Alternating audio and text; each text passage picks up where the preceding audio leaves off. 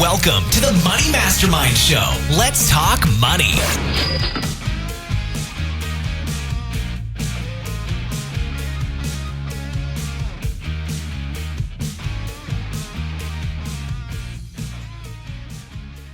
Have you ever been approached to take part in an MLM, a multi-marketing business, a multi-level marketing business? There's just way too many M's and L's there for me to get my head around that. But anyway, they tend to be presented in such a way that you're going to get riches and you're going to do quite well. But is that really the case?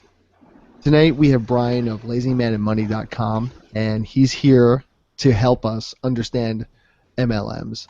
Welcome to our show, Brian. And thanks for having me. Good to be here.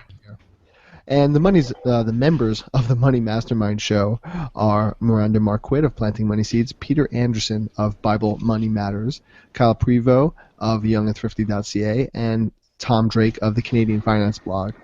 And I'm Glenn Craig, free from Baroque, your moderator tonight. If you are watching live and you have any questions, head over to our event page. There is an app there where you can ask questions of us, and we'd be happy to answer them for you. So let's start. MLMs, multi-level marketing businesses. Brian, can you help our audience out and understand what those really are? Because I think we've sort of maybe, every one of us has probably heard of one or two of them, but maybe didn't understand what they were.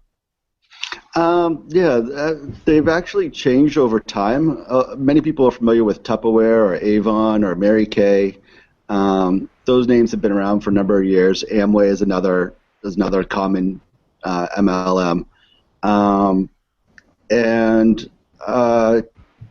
they typically involve recruiting independent salespeople into a business where they sell products, and you make money by selling product, and also from something called your downline, which is the people you've recruited into the system and their selling of products.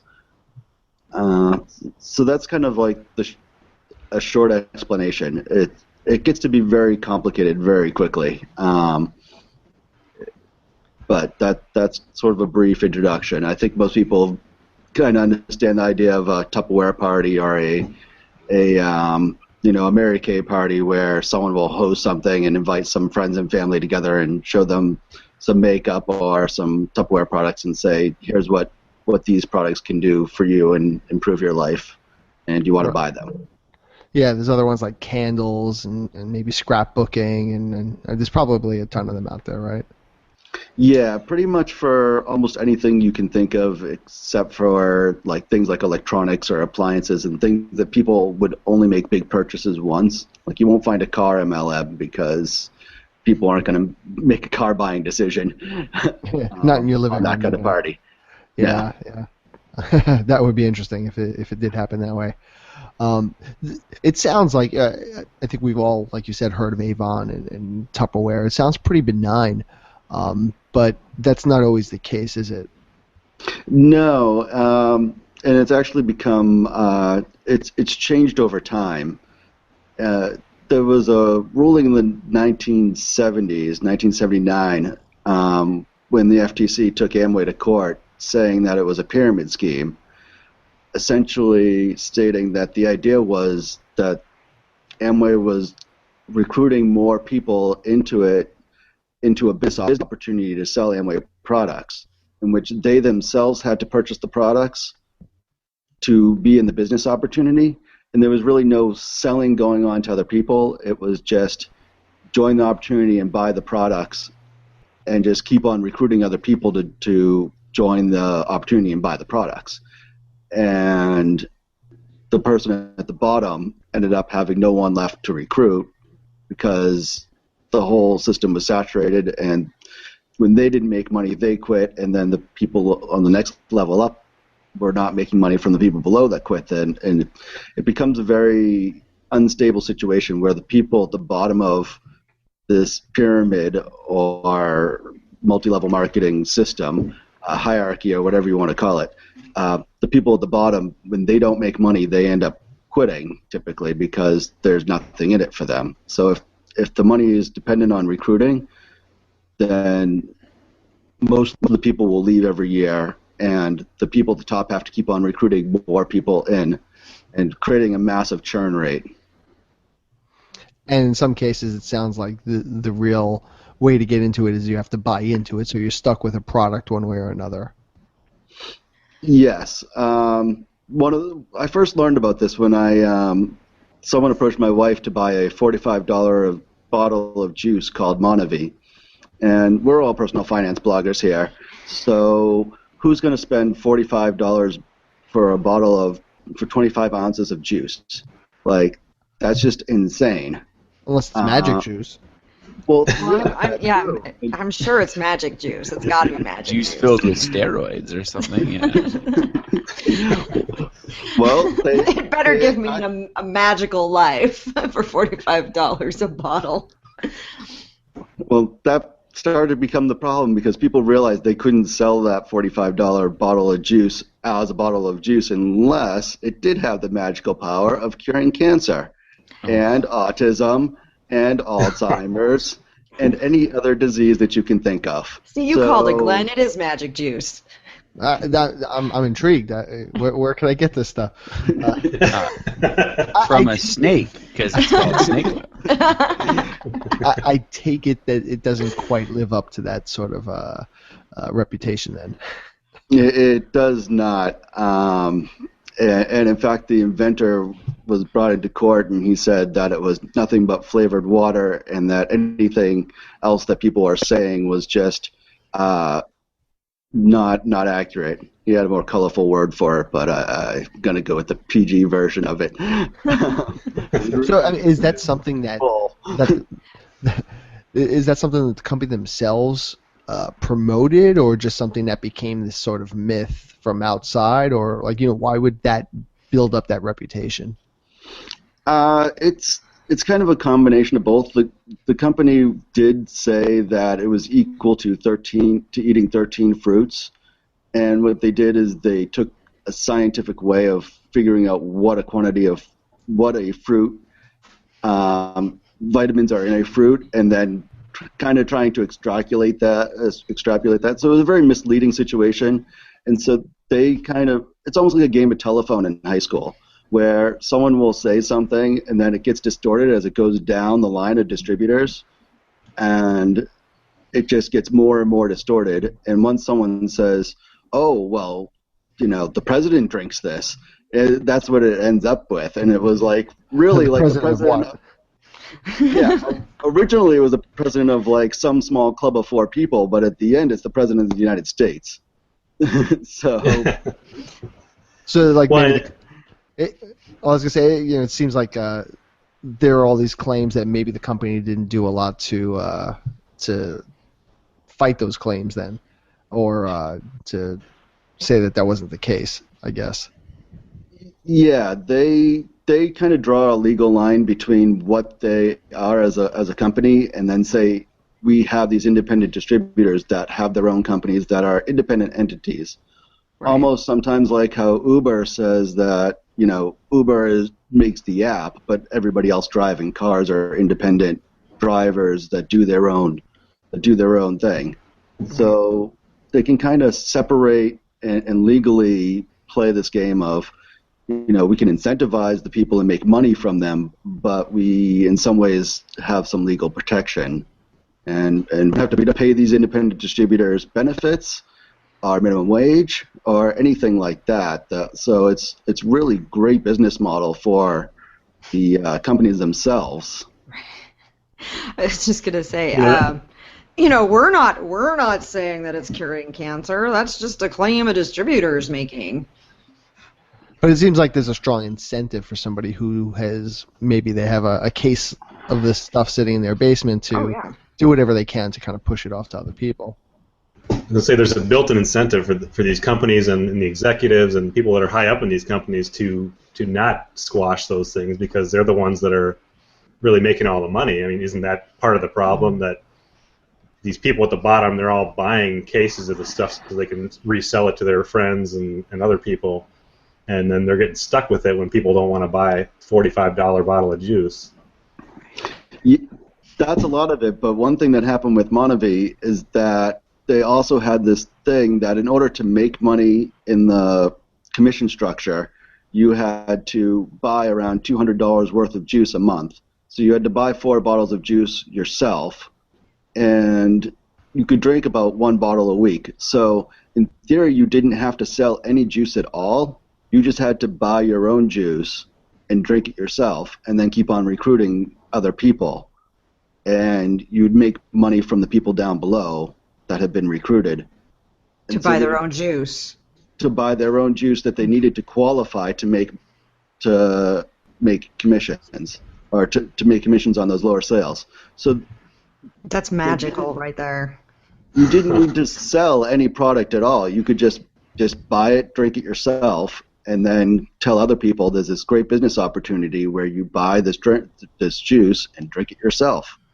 So at what point does this all become illegal and it become a pyramid scheme versus an actual legal MLM that is not going to get pursued by the government?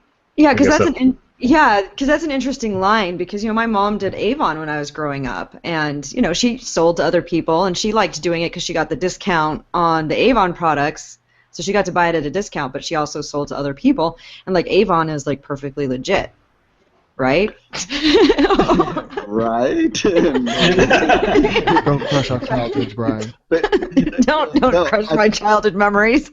well, that's kind of that's actually a really interesting point, because back in the 70s, as I said, or even 80s and 90s, that was sort of a common thing that happened in multi-level marketing, and for the most part, that's okay. But then companies realized that they could do the kind of things that Monavie was doing and not get persecuted for it by the FTC. And it's a lot easier to recruit people into a business opportunity than it is to sell something. Stuff like that. Yeah, to actually sell things. I mean, and you can sell it on the side if you wanted to. I mean, no one's going to stop you if you have this bottle of juice and someone says, "Yeah, I want to pay for your $5 for it." Yeah. So you could do both, and even Avon has gone more towards the recruiting system over time. They started to go down that line.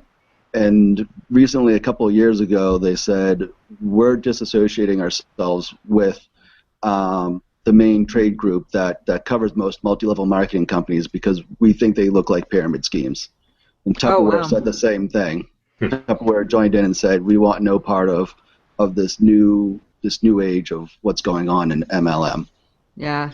Because I just remember, my mom was she didn't do a whole lot to market the stuff. It was pretty much just around the neighborhood. She's just hey, ladies around the neighborhood, come get some stuff from Avon, but she always knew that if she'd really put the time in and really did her own marketing and really kind of did a little bit more, then she could actually sell more stuff. So I think too, it depends on I liked what you were talking about. What's the main goal here? I mean, is there a product that people can actually afford to buy that they can buy, or do you always have to be recruiting somebody? Yeah, I feel like social media is sort of jump-started, or I don't know, exponentially growing this whole thing. I don't know, my Facebook feed is filled up with so much all natural crap. There's nothing natural left in the world, because it's all being sold to me on Facebook, and they want me to help them sell it, and it's doing great, and here's a before and after picture. I have good friends that are trapped in this crap. I lived in Utah for 9 years. And Utah is literally the MLM capital of the world. Oh, really? Right, Brian? Yes. There are. Utah is the place to be. At least 80% of them are in Utah. Is that just favorable court law treatment, Brian, or why is it? Why don't I tell you about it later, not on this show, okay. where I can really get myself into trouble. Oh, I'd like to hear more about this myself. I was just going to say favorable law treatment. This is the episode where we learn why Miranda needs to keep a sword on her wall. That's right. They're coming for me. But does anyone else notice this, though? The insane, Oh, yeah. like start your own business. Like a lot of people who Mhm. are the partner in the relationship that stays at home maybe isn't the breadwinner. I've seen just an explosion of these things. Facebook parties are everywhere Yeah. these The days. Facebook Come to my stuff, Facebook yeah. party. Yeah. It seems like it's just made it easier to try to recruit people. You don't have to go door to door and try to find a personal network anymore. But what a Yeah. great deal for these MLL. I mean, you want social proof. You've got all these people coming. You're a trusted source, and you're saying, "Here's my product." Like, it doesn't get better than that from a business marketing perspective. Yeah. And just to be clear, what we're talking about here, as far as the pyramid scheme aspect of it, is not so much. I think you said it's not so much selling the product, but that when you could recruit more people, you're getting a piece of kind of their action, right? You're getting a commission from them, and then when they recruit people, you're still getting sort of a piece of it. So, like, if you build up enough people under you, you really almost don't even have to do anything anymore. I mean, is that pretty correct? Yeah, and I mean, there's a little bit more to it too. We talked about Avon a little bit, but some analysis has been done of Mary Kay, which is pretty much a similar thing. It's just a different makeup company, at least from a guy's point of view. I mean, I'm sure they're probably very different, but Is that the one that's pink? yes, the pink Cadillacs and Okay. things like that. And it turns out some 250,000 people, women, churn out of there every year, which means 250,000 quit and 250,000 new ones come in. And they don't ever grow. It's just the bottom of the pyramid shifts when the people lose money, and the people at the top are promoting, here's this great business opportunity. I made so much last year. You can do this too. People on the bottom are leaving. The new people coming in don't see that. They don't have the education to, or the resource to see that that's what's really going on. That this churn is going on at Mary Kay. And Harper's Magazine did a great expose on them a couple of years back. Oh yeah, I read that. Yeah. Oh, well, I thought I was the only one. No, I did. Well, no, because I know people who do Mary Kay. Yeah. Well, what they found out, or what the journalist realized, is that the company makes money from the distributors more than they do. The distributors make money from their business. So the Mary Kay folk, at least according to this journalist, Mary Kay focused on selling products to distributors, telling them that they had to have every product in the line, and then they could discontinue some products and create new products that distributors had to buy more of to have the current line available. And then and it was just like a situation where distributors are the ones that are they're losing money to Mary Kay itself and not making money themselves. They're just sort of pawns to the bigger scheme. Yes. So we have. I was reading actually somewhere online today that one of these large MLM companies, they acknowledge that only about I think it was like 15 to 20% of their sales were made to non-distributors. So I mean, just think about that number. 85% of their sales are to their distributors. So it's huge. Ooh, that's really interesting, because if it's not 70%, the FTC says that is a pyramid scheme. That's one of the guidelines, that they have to at least they have to have 70% to non-distributors, or else it really falls in the guideline of being a pyramid scheme. So they're almost saying that they're a pyramid scheme. That may be one of the ones that went out of business. I don't know. What? Maybe it was Monavie. Just to clarify, like, what's the difference between it being an MLM or a pyramid scheme or whatever, and just being a wholesaler?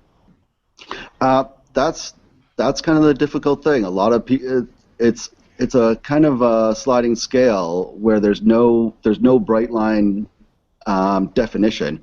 The FTC has said that if you make more of your money from your downline, from the recruitment, than you do versus sales, then it's a pyramid scheme. So you should make more money selling the product to people outside the company than you do from your downline. But based on that definition, every multi-level marketing company I've ever seen is really running a pyramid scheme, because you can look at the people at the top, and there's a person at the top who is making, $2 or $3 million a year, and they're not selling an equivalent amount of product to people outside the scheme. They're just getting all the point value from the people from the whole organization that they have built, and getting paid off of that. Yeah, see, I mean, as we were talking about, I was also thinking, like, how is that different from maybe a franchise? But based on what you're saying, is a franchise would be you buy into something, but you're really just selling the product, and even if you're building more franchises, you're still selling the product to a consumer. Your job is not to get other people to buy franchises. Yeah, there's no recruiting in franchises. So a lot of people say, oh yeah, multi-level marketing is just like a franchise. Well, there's no recruiting component, and it's 100% sales. Right. When you walk into a McDonald's, nobody's trying to tell you to buy McDonald's. You're just getting there a burger. Yes, exactly. That'd be awesome, actually. Would you like fries with your new building? Instead of it being the dollar deal, it's like the $250 million deal. And that brings up another point, that if they were to do that, how many McDonald's are you going to have in one city before it's saturated? So that's the problem that's the good thing with franchises. They limit the competition to make it to match the supply and demand. With multi-level marketing, there's no match between supply and demand. They will create as many sellers as anyone wants to sign up, even if there's no demand for the product. So you could have 12 million people selling Monavie juice and no one interested in buying it. You can have one heck of a lot of people selling plants and workout plans on your Facebook feed. Oh yeah. No, so and that's the thing though, is like I've even bought some of the stuff to like help friends of mine. I buy Scentsy from people that sell Scentsy, and I went ahead and bought the 21-day fix. So I did that. I mean, everybody. Brian's just like, I'm so ashamed. I'm ashamed for you. No, that was just an itch. So, I mean, I've done some of that stuff that my friends are selling because, because it's there, and you're just like, well, help them out. We're in this personal finance world. We're like, yeah, help them out. It's like an affiliate sale, right? But is it? Yeah. Now we have a. I'm sorry. Go ahead. I was going to say, is an affiliate sale? That's a question. That's a legitimate question. Is it like an affiliate sale? And that's one of the things I say about multi-level marketing, is that it's not a single-level affiliate sale, which is clearly not a pyramid scheme. It's the multi-level part of it that becomes the pyramid. And people say, well, multi-level marketing is just a way to make money using word of mouth. And I say, well, then why not just go with an affiliate commission program, because that clearly works and it's clearly legal, and no one's going to confuse it with a pyramid scheme. So you can do something that's clearly legitimate, but yet you're going to choose to kind of go swimming in murky legal waters.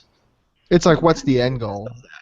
Right? Is the end goal to get a product to a consumer's hands, or is the end goal to get more people to sign up more people underneath you?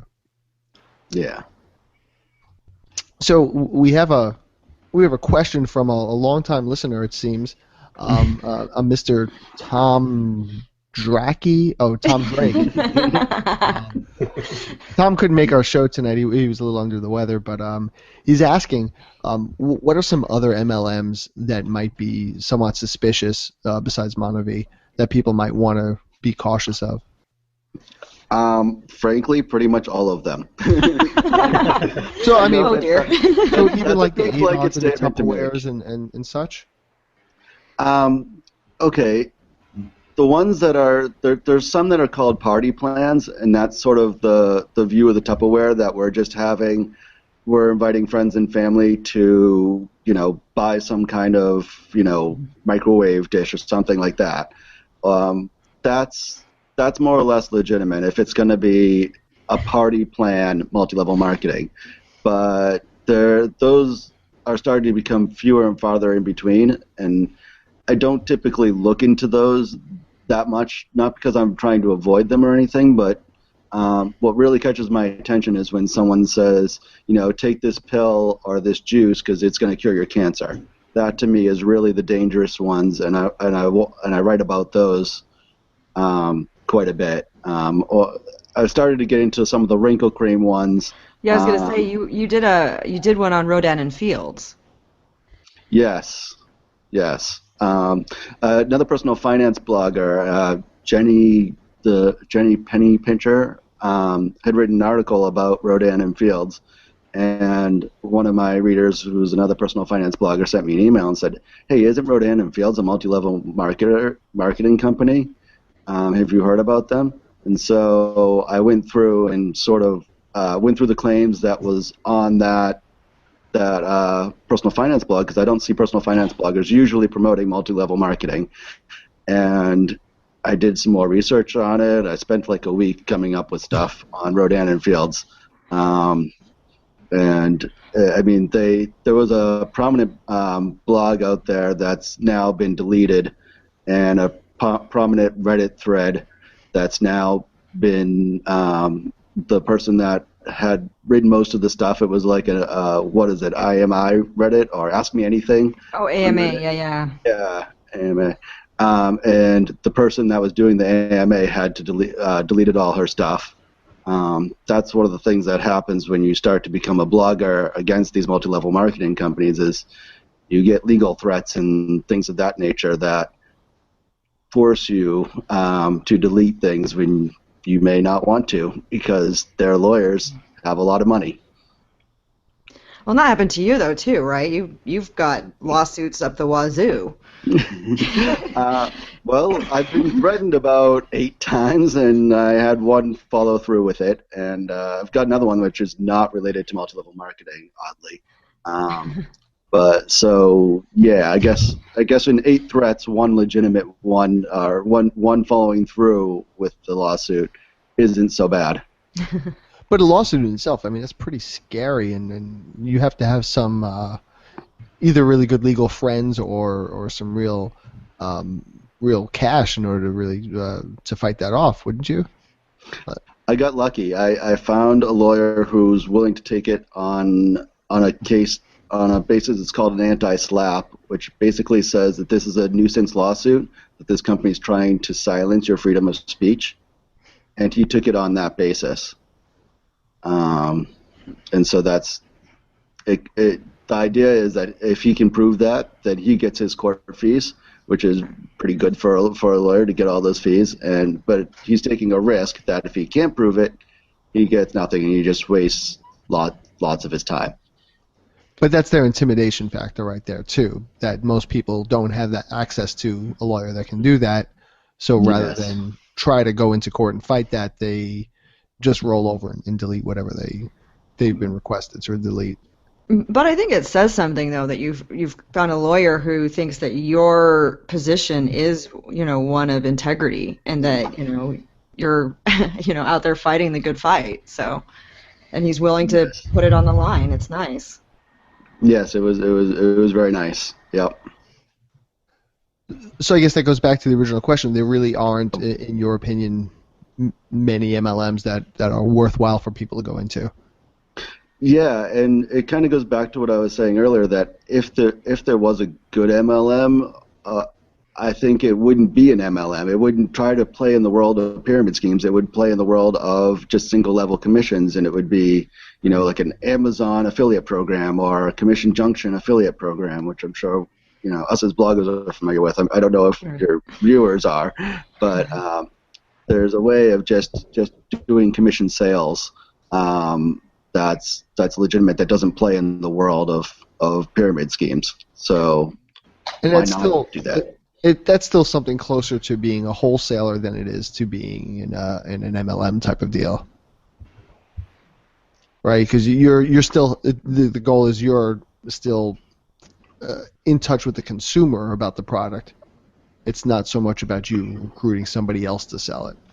Yes, and that's what I'm saying, is that's a good relationship that such companies, if you're going to try to sell a product, that should be the relationship that you go with, and not the multi-level marketing company where, if you even think about it, you're incentivizing people who are, 7 steps ahead, who have never met the person who's making the sale at the bottom, and the person at the 7 steps all the way up the line is getting such a huge amount of the money. It's just crazy that person way up there is getting all the money when when they're not even really involved in making the sale in any way, any tangible way. Yeah, that's pretty interesting. We also have a comment here. Lauren Greitman of IamThatLady.com is telling us that she used to drive a pink Cadillac with Mary Kay, which is interesting. But she's also saying that she thinks that all MLMs are terrible.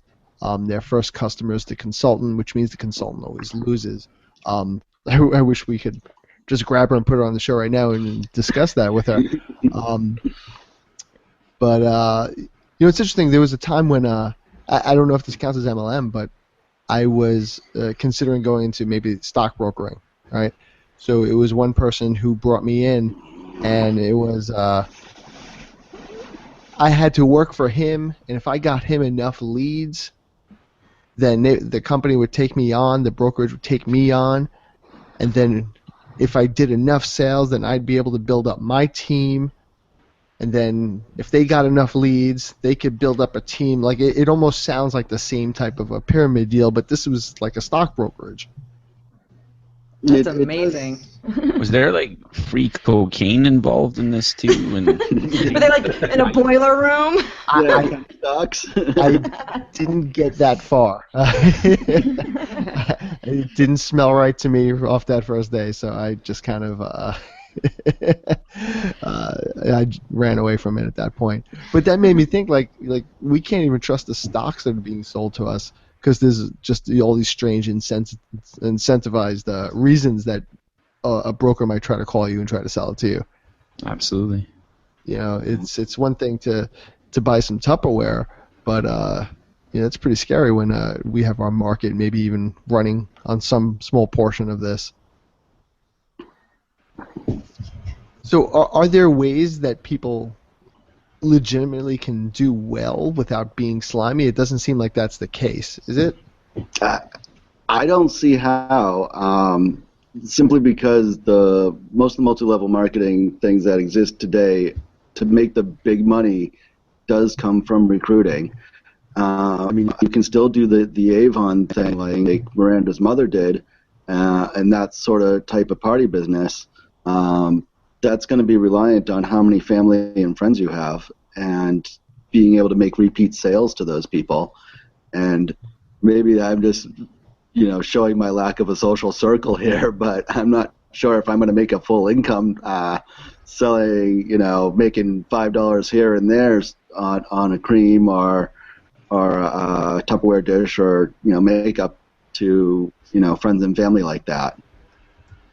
So why do people do it? I mean, I think everybody here maybe knows somebody or knows somebody that knows someone that has done this in some way, shape, or form. So somebody's doing decent enough on it. Family like that. Well, there's always the people at the top that are doing decent enough on it. I mean, they're live examples of hey, I made $1 million last year with this, and they show the big flashy checks and all that sort of things, pink Cadillacs and such. And Lauren's on! Yay! Hello! Yeah, through the magic of the internet, we do have Lauren here to give an opinion on her experiences. On the pink Cadillac. Yeah, so sorry I don't have headphones. You guys just caught me while I'm sitting in my living room. I have to tell Mark to turn off. Yeah, Mark, you have to turn off the computer now. Mark's watching a show next to me. Yeah. Why isn't he watching our show? No, he's not. Sorry, he's watching some I don't even know, some tech show or something. I don't know. Yeah, so I drove a pink Cadillac with Mary Kay. That's not a lot of people know that about me. So what does that mean to drive the pink Cadillac exactly? That sounds like a kind of strange euphemism. Yeah, so it's a real pink car that you drive, but this is the catch. So Mary Kay is very it's very elite. So if you become a pink Cadillac driver, you're in the top 2% of the company, so they say. And so it's really important everybody wants to be a pink Cadillac driver, and I actually won my Cadillac in 10 months from when I started to when I got the car. Now, that's yours to keep, or you just drive it around? No, and this is the thing that people don't tell you. So you think it's like all cool, like, oh, you want a car, but it's actually a company lease.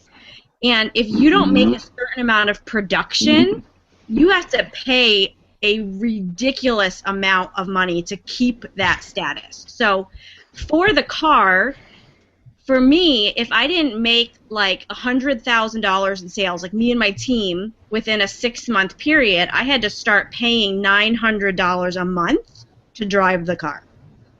Oh, wow. That's like Oh boy. Or And basically, you therefore- got to pay for the lease. you The have lease is to in pay your the name, lease. right? Yeah. The lease is in your name. The lease is in your name, right? And so if you default on it, you're defaulting and you're hurting your credit report.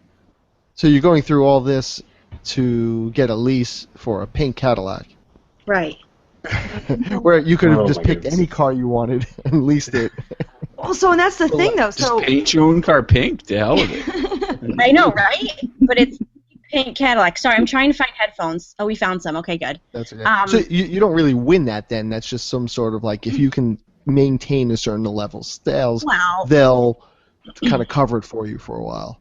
exactly, and they don't really, you don't really win anything anyway, because if you win a prize, they send you a 1099, you have to claim it on your taxes. It really sounds like they're basically selling you on this big dream of this lifestyle, and you're going to be wealthy and driving a Cadillac. When in reality, it's not so simple. Exactly. Is that No, better but- now? Can you hear me better? yeah. It's perfect though. Okay. It really is the perfect sort of elite symbolism to like drive. I'm assuming I'm going out on a limb here and seeing it's a lot of like highly self-motivated A-type young women who are selling Mary Kay, and it's like the perfect like carrot to dangle. Like everyone will recognize you as being the best. Yeah. Oh yeah, and they're very careful. Like all MLMs kind of train their people on how to prey on certain personality types. Sure. And so you know that like one person is really motivated by prizes, so then you dangle that carrot in front of her face. And then you know that one person's really motivated by security for their family, so then you dangle the security in. So you're trained like very early on in all of these MLMs to read people, make them take personality tests, and then use that against them to get them to buy more products. Wow. Now, Yeah. to be fair, is this something that comes straight from the company, or is this something from the person who's maybe the seller above you? Well, I can only speak for Mary Kay because that's the only. I mean, that's the one that I was in. A lot of the training for that thing came from the company. Yeah. So that was coming We all straight just from. Save was like- Brian. I went to Texas for like when I became a director in Mary Kay, because you have to be a director. So I recruited like over 300 women in like a 10-month period. You have to be a director, so you go to they send you out to Texas, and then you're like, you go through everything. There's like 1 million pink Cadillacs in Dallas, Texas, and you just they teach you everything, and that was one of the things that they teach you is learn your people and learn how to read people and then help them in the way that they need to be helped. Not necessarily saying dangle the carrot in front of their face, but help them in the way that they want to be helped, and essentially, meaning. Yeah, this- So, I was gonna say, how do you Brian, feel I'm about yourself now, wondering- Lauren? I feel great that I quit and I stood up for myself. This was goodness, almost 9 years ago. So I was young. I was 24 when I joined, and I got the pink Cadillac when I was 25. So I was also one of the youngest people to win it in the company. But I have a whole chapter in my book that's coming out next year about the night that I won my pink Cadillac and all that it took to win it, and how stressful it was and how crazy it was. And I have since gone back and apologized to everybody that I recruited, and we're all friends now. It sounds like this 12-step program. It is. It really really is. is. That part of what makes a lot of these schemes really that so awful is because you're basically taking advantage of a lot of personal relationships that you have with other people, and you're trying to basically monetize people in some ways. Yeah, but at the same time, you don't realize that you're being monetized. And when this is done, I mean, be it Monavie, Avon, or whatever, I'm willing to bet that the people who are being maybe recruited, and Lauren, you can certainly speak to this, is it done with the expectation that, yes, you're going to be a person who's going to need to recruit this many people, or do you go into it thinking, oh, maybe I'm just going to sell some products to my friends, but then you start doing that, and then all of a sudden you're down the rabbit hole, and all these different expectations come onto you? Well, Mary Kay, when you sign up with them, the first thing that they hit you with is that you should buy inventory. And the inventory packages start at $600 and they go all the way up to $4,800. And there's a lot of training that goes into getting people to buy those higher level packages. So for me, this is one of my benefits and my downfalls is I'm an all or nothing person. So I'm like, hey, sign me up for like the $3,600 package. I'll sell it. Like, no big deal. And then, so all of a sudden I start $3,600 in debt, and now I have to sell it, and I have to recruit to pay that money back. And so that's kind of was my experience, and watching a lot of other people kind of go through the same thing was I watched so many people do the same exact thing, that they have all this product in their house, and now they have to sell it, and now they have to recruit people because they can't pay the bill to the credit card company. And then you get just wrapped up in the whole mentality of it. It almost sounds like you maybe get desperate at a certain point. You get stuck there, and now you're in this vicious cycle. Right. Brian, do a lot of people come to you as like an authority or like someone who's very visible on the internet about this stuff? Do you hear like a lot of similar stories to that one? They do, and I hear so many stories like that. I call it the multi-level marketing quicksand, where you're falling down, and the only way to get out is to grab on to 10 other people and bring them in with you. And then those 10 other people have to grab on to 10 other people and bring them down, which is kind of what Lauren was just describing there, where like you need to recoup that $3,600 that you spent, so you need to recruit other people, and then they do the same thing, and then so it's just this cycle that keeps on spawning out through everything, and the money just goes into the people at the top that make that get the majority of all the recruiting, and Mary Kay, or the multi-level marketing company itself, from all those sales of people saying, I'll put in $3,600 to try to make this business work. Yeah. So what are some of the reasons, Brian, that you see people like getting into it? I mean, why do people, what are some of those reasons that people really start getting into it? I'd say desperation. They lose their job sometimes, so they're looking for any kind of income opportunity, which only exasperates the problem worse, or the situation worse sometimes. And sometimes they just don't have the education. It sounds like it's a good idea. They're maybe not the brightest people in the they're not the brightest bulb on the Christmas tree. Present company excluded. Yeah, other than Lauren, of course. Well, okay, sometimes they're young. A lot of the times they are young and don't have life experience. Right? Mm-hmm. Yeah, don't have life experience. 9 years ago, the internet didn't quite have all the information, so that you couldn't find some of the things that you can find now on multi-level marketing. It was doing a Google search, for example, or some other stuff.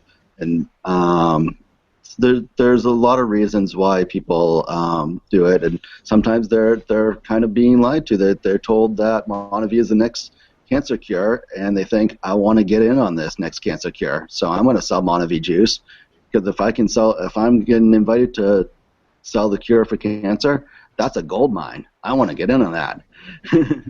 So the other thing I wanted to ask either one of you or whatever about are these conferences, right? Because they also, a lot of these things have conferences, right? You're supposed to go in solidarity and rah, rah, rah, right? So how does that kind of feed into this desire to keep going? And I guess I assume that they're not paying for you to go to the conference. I assume you have to pay your own way?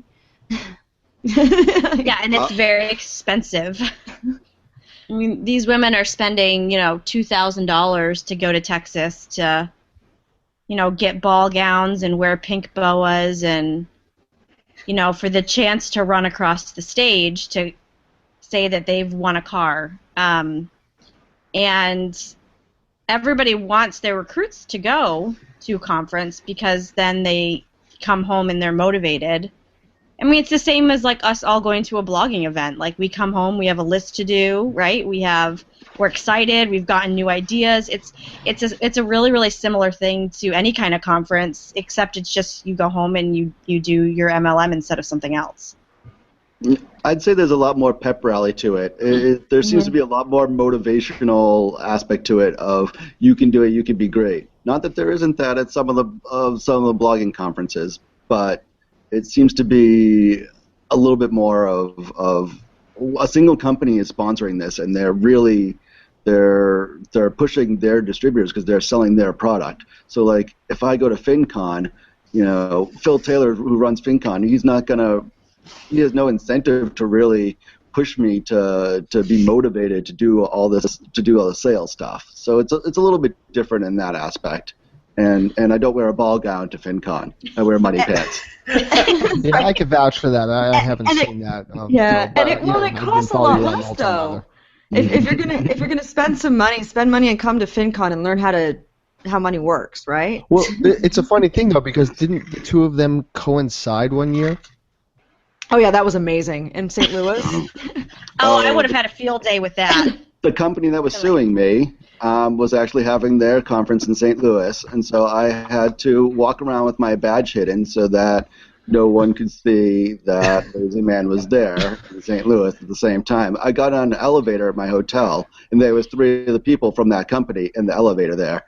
And I mean, they all knew me. They didn't know me because they didn't have my picture, but they all knew who Lazy Man was, who had written about the company, because the company had put out some, we're suing Lazy Man for his article, and I was their worst enemy for what I exposed. So, and that was interesting because I remember going to that conference and I was on the train, and it was an older couple who came up to me and they started talking to me, and they were very friendly, and they told me what they were there for, and I didn't know what the name of this company was. I didn't know it was, I think, the parent company, and they asked me what I was there for, and I said, I'm here for a personal finance blogger conference, and they kind of gave me a strange look. And it wasn't until I spoke to you a little bit later that I kind of understood where that was coming from.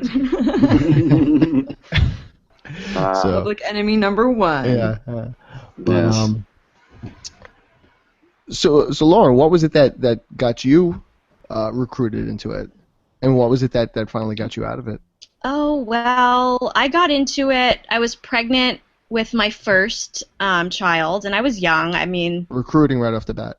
Yeah, so when I got recruited, I was young, I wanted free makeup.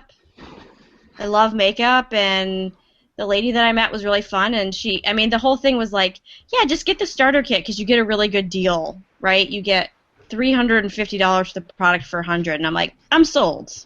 Sure. So I did it and then I got all wrapped up in the whole...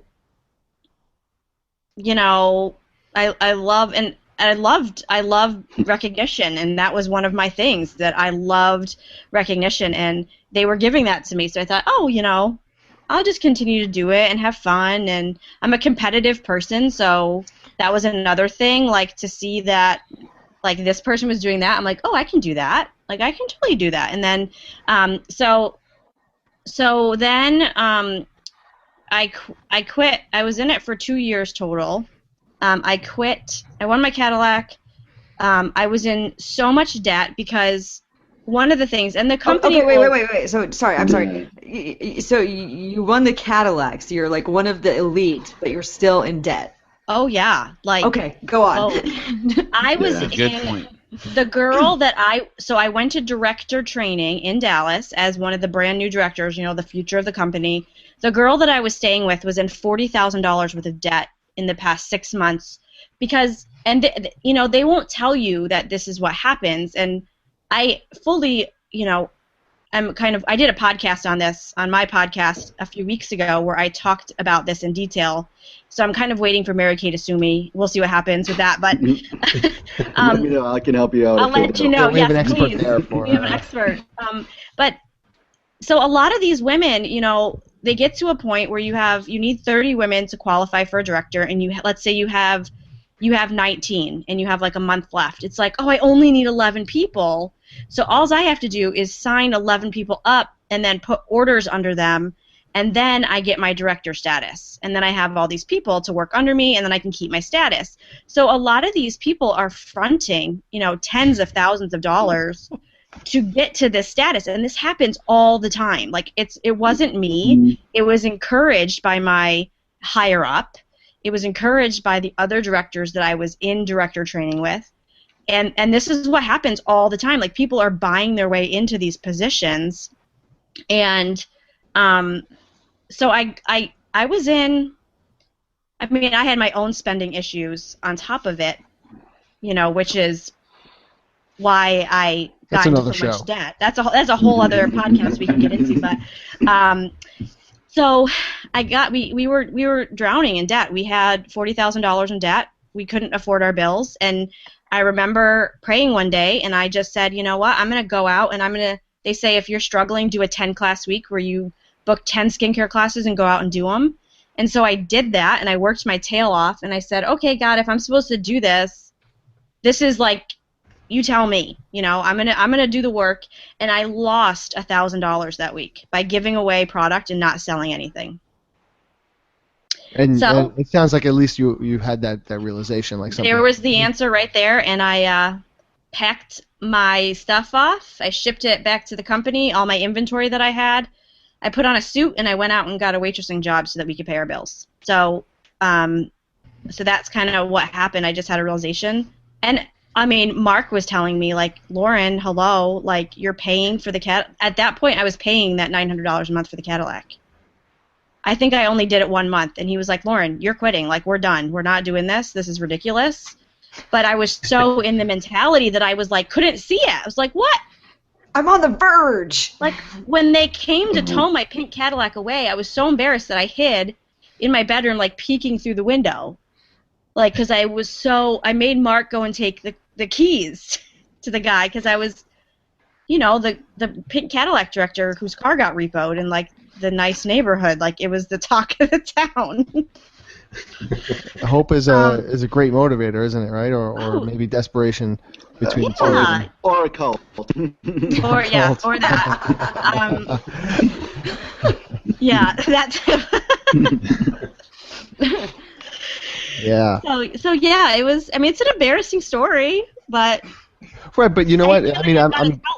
I'm glad that you're telling it, and that we're getting Brian's side of it also, because I think a lot of people, I think even in the beginning of the show, I had said that some of these companies, they sound so benign, and you think like, oh, I'm just going to get into this, I'll sell it to some family and friends, it'll be maybe a couple extra bucks, but you know what, like you said, maybe I'll get some discounted makeup, but then it turns into this giant behemoth where maybe all of a sudden you're in debt, or you have all these obligations that really don't fit into what you thought you were getting into. Mm-hmm. And I think that's the scary thing, that people are being maybe sold this hope and this giant carrot that they're never going to get to. I'd like to ask Lauren a question if I could. Absolutely. Lauren, did you see a lot of churn in your group? A lot of the people leaving Mary Kay underneath you, and your need to like recruit people to kind of keep the same level, and in order to maintain the car, or just in order to maintain your rank, just keep on recruiting people to replace ones that had quit. Yeah, you had to constantly do that. For every 3 people or 5 people you brought in, 1 might stay. And so I said I had recruited, over 300 people, but probably only like 30 of those people were actually doing anything. So yeah, it was a big challenge, because you deplete your friendships, you deplete your family. Nobody wants to, come near you when you're like trying to sell to them all the time. And I think I did a pretty good job not doing that. because I like didn't want to, but I mean, they even teach you crazy things like how to go up to strangers in the mall, like scripts to use to get them to come to your events. I mean, I'm telling you, I've got all the. It's crazy what they teach you. That's amazing. It's cool. It's called warm chattering. You go out and warm chatter. Yeah, and that means you go up to somebody in the mall. This reminds me, and I had completely forgotten about this, but there was one time when I was being tried, where somebody was trying to recruit me, and I don't know which company. I don't want to misuse Amway, but it was something along those lines if it wasn't that. And I remember my parents saying, "Hey, can you come over one day? These people they have this offer, we just want to get your opinion on it." And it was like this person in the living room, and it was really amiable, just talking about all these great opportunities, blah blah blah. And then he builds into the fact that, oh yeah, I buy all this great stuff. It was like a little bit like that scene in Go, that movie, without the nakedness. And